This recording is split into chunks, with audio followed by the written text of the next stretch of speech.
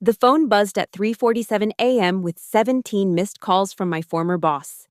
I smiled in the darkness, knowing exactly why he was calling. 3 months ago, they thought replacing me with two eager interns would save them money. Now they were hemorrhaging $500,000 monthly. And I was the only one who could stop it.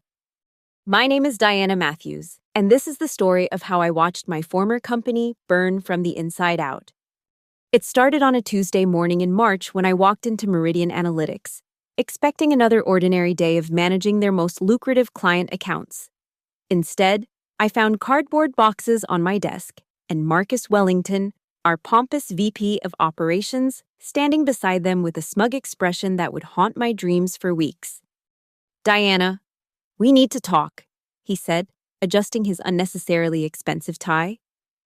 "The company is restructuring, and we've decided to streamline operations. Your position is being eliminated." I stared at him, certain I'd misheard. "Eliminated? I manage 80% of our revenue stream. The Blackstone account alone brings in $2 million annually." "Yes, well, we've hired two bright young graduates from Stanford. Fresh perspectives, you know. They'll handle your responsibilities at a fraction of the cost." The words hit me like a physical blow. After 7 years of building relationships, securing contracts, and saving their company from bankruptcy twice, they were discarding me like outdated software. The betrayal cut deeper than any romantic heartbreak I'd ever experienced. "You're making a mistake," I warned, my voice steady despite the earthquake happening in my chest. "These relationships took years to build. You can't just hand them over to inexperienced kids." Marcus waved dismissively. "Don't be dramatic. Business is business. We have complete confidence in our new team structure." That afternoon, I met the two interns destined to replace me. Jessica Park, 22, with perfectly styled hair and an MBA she'd never had to use in the real world. Kevin Liu, 23, who spoke in buzzwords and had clearly memorized every business school textbook but had never faced an angry client at 2 a.m. "We're so excited to learn from your expertise," Jessica gushed, her enthusiasm both genuine and infuriating. "Could you walk us through the major accounts?" I spent my final week creating detailed handover documents, knowing full well that written instructions could never replace institutional knowledge. I documented every client's preferences, their communication styles, their triggers, their histories. I outlined the delicate balance required to maintain the Blackstone relationship, warned about Richardson Corp's tendency to threaten contract cancellation as a negotiation tactic, and explained why Stellar Industries required monthly face-to-face meetings despite being fully capable of video calls. The interns nodded enthusiastically, taking notes on their tablets, completely unaware that they were about to inherit a house of cards that required a very specific touch to keep from collapsing. On my last day, I cleaned out my desk while Marcus watched, probably ensuring I didn't steal any precious company secrets. As I packed my personal coffee mug and the small plant I'd nurtured for 3 years, I made a mental note of every password, every client contact, every unfinished project that would soon become someone else's problem. "Best of luck," I told Jessica and Kevin as I headed toward the elevator. "You'll need it." The first month of unemployment was devastating. I'd been so focused on my career that I'd neglected building a network outside Meridian Analytics. My savings account could cover basic expenses for a few months, but the psychological impact of being discarded after 7 years of loyalty was crushing. I applied for positions at competing firms, but the market was saturated with experienced professionals. Many companies were doing exactly what Meridian had done, replacing senior staff with cheaper alternatives. Age discrimination wasn't illegal when disguised as restructuring. During those dark weeks, I created a ritual of monitoring Meridian's public communications, their social media accounts, press releases, client testimonials. I told myself it was market research for future opportunities, but truthfully, I was watching for signs of the impending disaster I'd predicted. The first crack appeared 6 weeks after my departure. A LinkedIn post from Richardson Corp's CEO mentioned communication challenges with our analytics partner and reconsidering our vendor relationships. I recognized the language immediately. Richardson was preparing to jump ship. and Meridian was about to lose a six-figure annual contract. I called my former colleague, Patricia, who worked in accounting. We'd maintained a friendship despite my termination, and she provided insight into the company's deteriorating situation. "It's chaos," she whispered over coffee. "The interns are working 16-hour days, but they can't keep up. 3 major clients have already expressed concerns about service quality. Marcus is pretending everything's fine, but I've seen the revenue reports. We're bleeding money." "What about the Blackstone account?" I asked, though I already suspected the answer. Patricia's expression darkened. "James Blackstone personally called Marcus last week. Something about unacceptable communication standards and questioning the partnership. I heard Marcus screaming at the interns afterward." James Blackstone was old-school business royalty, a man who valued personal relationships and professional consistency above all else. He'd been my client for 5 years, and our relationship extended beyond mere business transactions. We'd discussed his daughter's college applications, his wife's charity work, his concerns about industry trends. He trusted me personally, not just professionally. The interns, despite their enthusiasm and education, couldn't replicate that trust overnight. They probably approached him with rehearsed pitches and generic solutions, not understanding that James required a more personal touch. He needed to feel like a priority, not just another account number. 2 weeks later, Patricia called with urgent news. "Richardson Corp terminated their contract yesterday. They're switching to Hartwell Associates. Marcus is in panic mode." I hung up the phone and calculated the financial impact. Richardson Corp represented 12% of Meridian's annual revenue. Combined with the probable loss of 3 smaller accounts Patricia had mentioned, the company was looking at a significant financial hit. But the real catastrophe was still coming. The Blackstone account was worth more than all the others combined, and I knew James well enough to recognize the warning signs. His patience was wearing thin, and once he lost confidence in a business relationship, there was no recovery. The call came on a Thursday morning in May. James Blackstone himself contacted me directly, something that would have been unthinkable while I was still employed at Meridian. "Diana, I hope you don't mind me reaching out directly." His familiar voice carried the weight of frustration. "I'm having significant concerns about the service quality since your departure. The new representatives seem competent, but they don't understand our needs." I chose my words carefully. "I'm sorry to hear about the difficulties, James. Change is always challenging. Indeed, I've been in business for 40 years, and I've learned that relationships matter more than spreadsheets. These young people send me generic reports and schedule meetings during my granddaughter's recitals. They don't understand that business is personal." "What are you thinking of doing?" I asked, though I already knew. "I'm considering other options. Hartwell Associates has been making a compelling case for their services. Unless something changes dramatically, I'll be terminating the Meridian contract at the end of the month."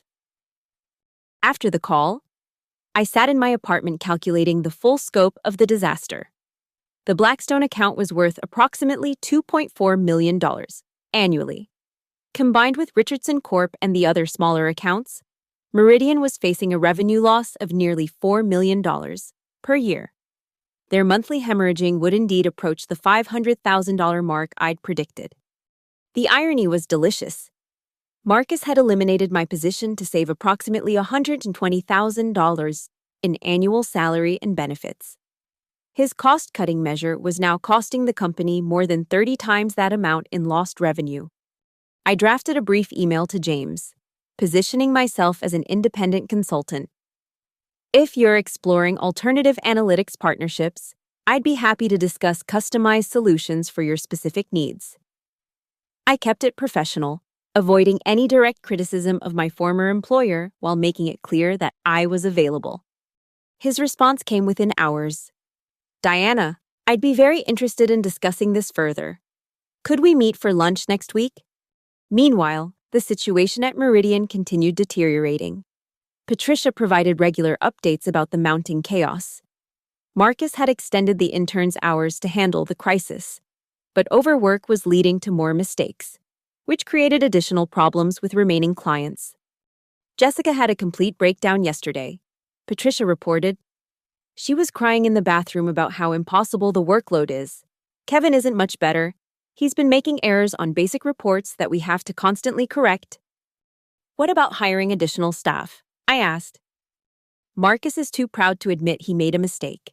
He keeps insisting the interns just need more time to adjust. Meanwhile, we're getting complaint calls daily from clients who can't reach anyone or who received incorrect information. The lunch meeting with James went exactly as I'd hoped. He offered me a consulting contract to handle his account independently, bypassing Meridian entirely. The terms were generous, reflecting both his desperation and his confidence in my abilities. "I don't understand why Meridian let you go," he said over dessert. "You are the best account manager I've worked with in decades." Sometimes companies make decisions based on short-term financial considerations rather than long-term value. I replied diplomatically, "Well, their loss is your gain. I'll be terminating the Meridian contract next week." That evening, I received another call from Patricia. "Marcus wants to meet with you. He's been asking about your contact information." I agreed to meet him at a neutral location, curious about what he might propose. The man who had confidently dismissed me 3 months earlier now looked haggard and desperate. His expensive suit couldn't hide the stress lines around his eyes or the slight tremor in his hands. "Diana, I'll be direct. We're facing some challenges with client retention, and I think there might be an opportunity for you to return to the team."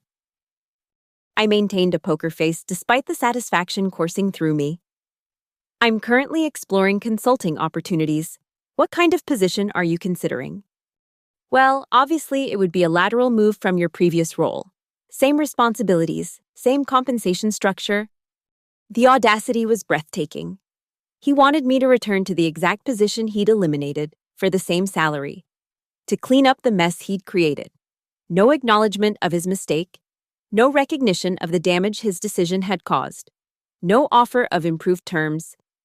I appreciate the offer, Marcus, but I've moved on. I'm actually in discussions with several former clients about independent consulting arrangements. The flexibility and autonomy are quite appealing. His confident facade cracked slightly.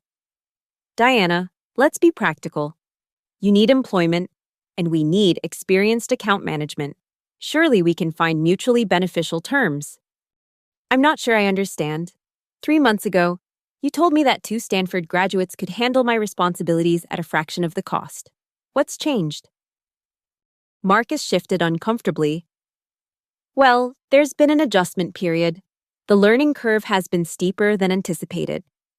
"I see. And how are the major accounts responding to this adjustment period?" "There have been some communication challenges, but nothing that can't be resolved with proper management." I nodded thoughtfully. "I assume the Blackstone account is weathering this transition well. James can be particular about consistency." The color drained from Marcus's face.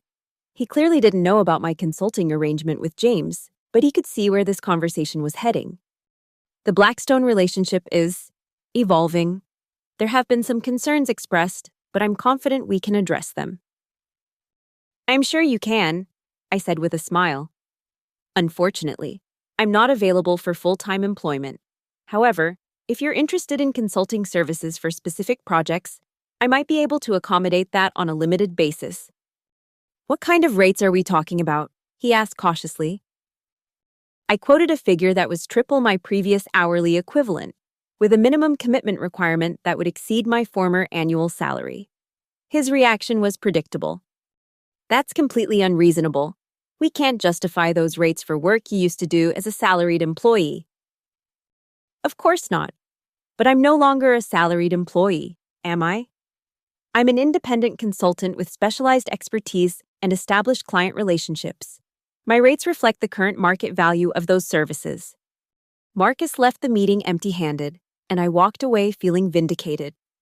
The man who had discarded me was now begging for my return, but only on his terms. He still didn't understand that the balance of power had shifted. Over the following weeks, I watched the final act of Meridian's self-destruction unfold. The Blackstone account termination was officially announced, along with 2 other major client departures.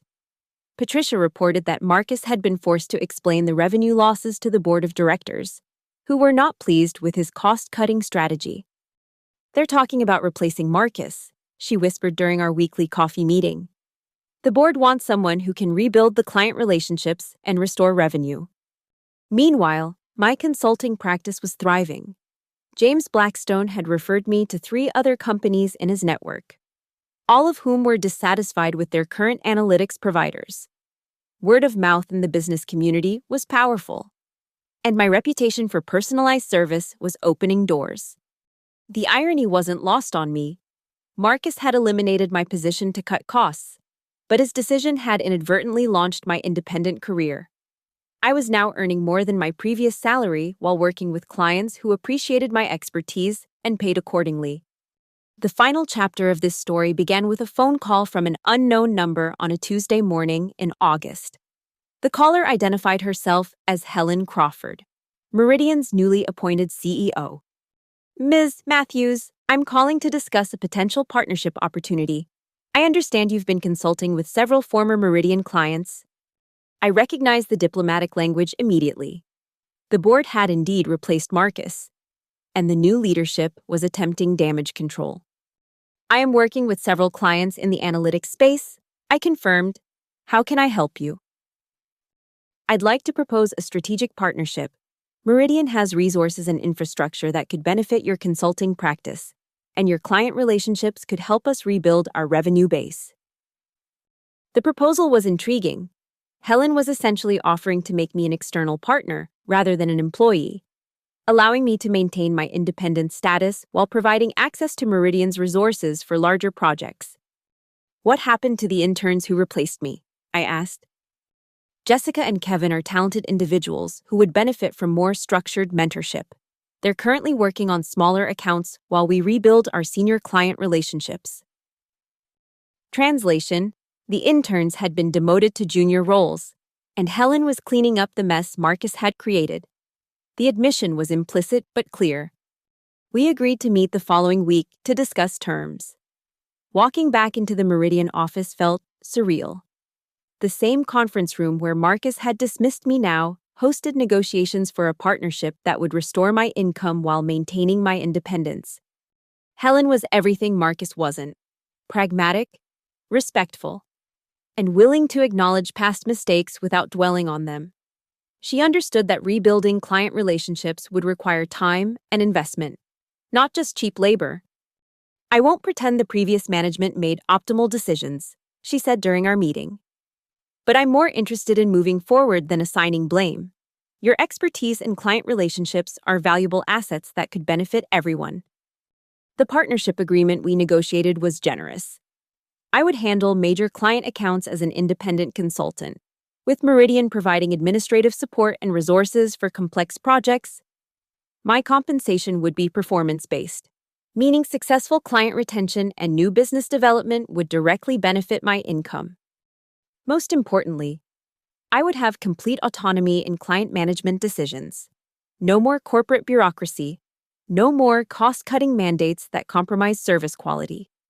I could focus on what I did best: building relationships and delivering results. The first test case was rebuilding the relationship with Richardson Corp. Their contract with Hartwell Associates was expiring, and they were open to discussing a return to Meridian under new management. I scheduled a meeting with their executive team, emphasizing the changes in leadership and approach. "We understand that previous service levels were unacceptable." I began the presentation. "Under new management, we're committed to the personalized attention and consistent communication that Richardson Corp deserves." The meeting went well. They agreed to a trial period with specific performance metrics and regular review meetings. It wasn't the immediate full restoration I'd hoped for, but it was a foundation for rebuilding trust. 6 months later, I reflected on the extraordinary journey from devastating termination to thriving partnership. Marcus's short-sighted decision had inadvertently created the best professional opportunity of my career. I was earning more money, had complete control over my work, and was building a reputation as a premier independent consultant. The 2 interns who had replaced me were still with the company, but now working under my guidance on smaller accounts. Jessica had developed into a competent junior analyst, and Kevin showed promise in project management. They were learning the business properly, with adequate supervision and realistic expectations. Marcus, meanwhile, had quietly left the company after his termination. I heard through industry contacts that he was struggling to find a comparable position, his reputation damaged by the Meridian debacle. The man who had confidently dismissed my value was now experiencing the career uncertainty he'd inflicted on me. The final vindication came when Helen shared the company's financial turnaround with me. Revenue is up 18% from last year, and client satisfaction scores are the highest in company history. The partnership model is working exactly as we'd hoped. I smiled, thinking about that dark period of unemployment when my future seemed uncertain. The phone calls at 3:47 a.m., the desperate meetings with Marcus, the gradual realization that his arrogance had created an opportunity I never would have pursued otherwise. Sometimes the best revenge isn't plotting or scheming, sometimes it's simply being excellent at what you do and waiting for incompetence to create its own consequences. Marcus had replaced me with 2 interns to save money, but his decision cost the company millions in lost revenue and ultimately led to his own downfall. Now, as I reviewed my thriving client portfolio and calculated my year-end earnings, I realized that his betrayal had been the catalyst for the most successful period of my career. The man who thought he was discarding me had actually set me free to reach my full potential. The irony was perfect. He'd tried to eliminate my position to cut costs, but ended up creating a situation where the company was paying me more than ever before, while I enjoyed complete professional autonomy. His cost-cutting measure had become the foundation of my financial independence. Every month, when I submitted my consulting invoice to Meridian, I thought about that Tuesday morning when Marcus had stood beside the cardboard boxes on my desk. He'd been so confident, so dismissive of my warnings about the consequences of his decision. Now they were paying me more than twice my former salary, and I was delivering results that justified every penny. The clients were happy, the revenue was growing, and I was building a consulting practice that would provide security for years to come. Sometimes the sweetest revenge is simply succeeding, despite someone's attempt to undermine you. Marcus had tried to make me disappear, but instead, he'd made me indispensable. The company that had once discarded me now depended on me for its most important client relationships. I never gloated openly about the reversal of fortune. Professional dignity required maintaining composure, even when former adversaries faced consequences for their poor decisions. But privately, I savored the satisfaction of watching arrogance meet its inevitable consequences. The phone still occasionally buzzed at odd hours with urgent calls from clients. But now they were calling because they valued my expertise, not because they were panicking about problems created by inexperienced replacements. The difference was profound. Marcus had taught me an invaluable lesson, though not the one he'd intended. He'd shown me that loyalty to employers who don't value you is a form of professional suicide. The best security comes from building your own reputation and maintaining direct relationships with the people who need your services. As I looked ahead to expanding my consulting practice, I felt genuinely grateful for the experience. The betrayal had hurt deeply, but it had also forced me to discover capabilities I never knew I possessed. I'd learned to negotiate my own contracts, build my own client base, and create the kind of professional life I'd always wanted but never thought possible. The 2 interns who'd replaced me were now my mentees, learning from someone who understood both the technical and relationship aspects of client management. They were developing into competent professionals under proper guidance, proving that the problem had never been their potential, but rather the impossible situation Marcus had created. Sometimes I wondered if Marcus understood the full scope of his mistake. Did he realize that his decision had cost the company millions in revenue while launching my independent career? Did he recognize that his arrogance had created the exact opposite of his intended outcome? Probably not. People like Marcus rarely engage in that kind of self-reflection. They prefer to blame external factors rather than acknowledge their own poor judgment. But his understanding wasn't necessary for my satisfaction. The results spoke for themselves. The company that had once discarded me now celebrated my partnership. The clients who had been frustrated by inexperienced service were now receiving the attention they deserved. The interns who had been set up for failure were now learning and growing under proper mentorship. Everyone had benefited from the correction of Marcus's mistake, except Marcus himself. He'd been the architect of his own downfall, and there was a certain poetic justice in that outcome. As I prepared for another day of client meetings and strategic planning, I reflected on how dramatically my life had changed. The woman who had once worried about job security and corporate politics was now running her own successful practice, with clients who competed for her time and attention. The phone buzzed with a text from James Blackstone. "Diana, could you join us for dinner this weekend? My wife wants to thank you personally for the work you've done with the foundation account." I smiled, remembering Marcus's dismissive comment about fresh perspectives and cost savings. The relationships I'd built over years of dedicated service were now the foundation of my professional success. No amount of cheap labor could replicate the trust and respect that came from consistent, personalized attention. The revenge was complete, but it hadn't required any scheming or manipulation on my part. I'd simply continued being excellent at my work, while Marcus's poor judgment created its own consequences. Sometimes the best response to betrayal is not retaliation, but simply being so good at what you do that their mistake becomes obvious to everyone. They'd replaced me with 2 interns to save money, and now they were losing $500,000 a month without me. But more importantly, they'd learned that true value can't be measured simply in salary costs. The most expensive employee is often the cheapest in the long run. And the most expensive mistake is not recognizing that truth until it's too late. Marcus had learned that lesson the hard way. And I'd learned something even more valuable: that sometimes the worst thing that happens to you can become the best thing that ever happened to you. If you're willing to turn betrayal into opportunity and use someone else's mistake as the foundation for your own success,